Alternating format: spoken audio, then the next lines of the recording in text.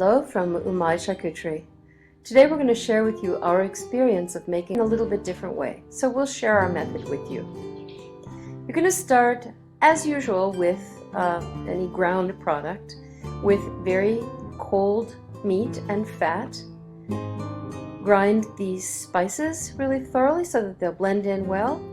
And then you need some pork back fat to use as show meat. It's the white little pieces in there you're going to see, together with these pistachios and peppercorns. Now we took the pretty much frozen meat out and cubed it and ran it through the grinder. Now this product actually requires that you run it through twice. So the first time we ground it through a 6mm plate, then tossed in the salt and the cure using wooden paddles to keep it nice and cold. Tossed in the ground spices really thoroughly and put it back in the freezer to freeze it down again really well. Before regrinding it through a smaller plate, we used a 4.5mm plate, and you can see the frost on that grinder. Gives you an idea how cold this was. Now this thoroughly ground, thoroughly mixed meat is then put into a food processor or a mixer, a very powerful mixer, and you're going to emulsify it together with some red wine. Again, we chilled this down so that the meat stayed nice and cool, and we had some ice water ready too to add to get just the right kind of stretchy texture to the emulsification. We blanched the pork fat because when it's blanched it adheres to the emulsified meat much better, so your finished product will cut really beautifully and the little dots of white will stay in there. We also blanched the peppercorns and pistachios just to make sure their surface was as clean as possible, and then did the messy job of kneading this all in. Now this product, we used our 8 by 18 inch tenderloin large charcuterie bag and some zip ties.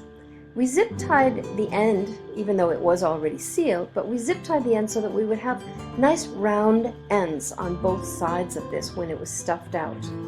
Okay, so you see we attached that zip tie nice and securely, and we stuffed this out. Now stuffing it into a MAIS is a very sturdy material, but you're going to be cooking this for about 7 hours or so. So it's also very critical that you tie it with butcher's twine so that when you hang this, the butcher's twine is providing kind of a basket of support to the bottom of the meat. Okay, you don't want to hang this just from a string or the top of the product.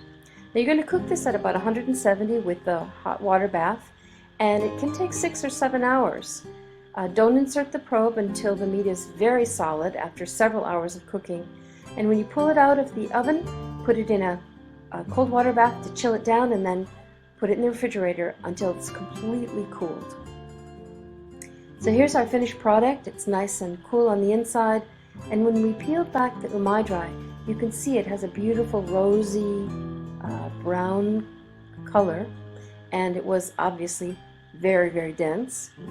When we cut it open though, the aroma and the appearance was that of the most exquisite mortadella.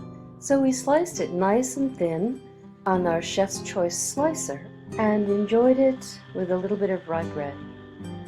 So if you're feeling adventurous, we hope you'll give this mortadella a try. Thanks for joining us.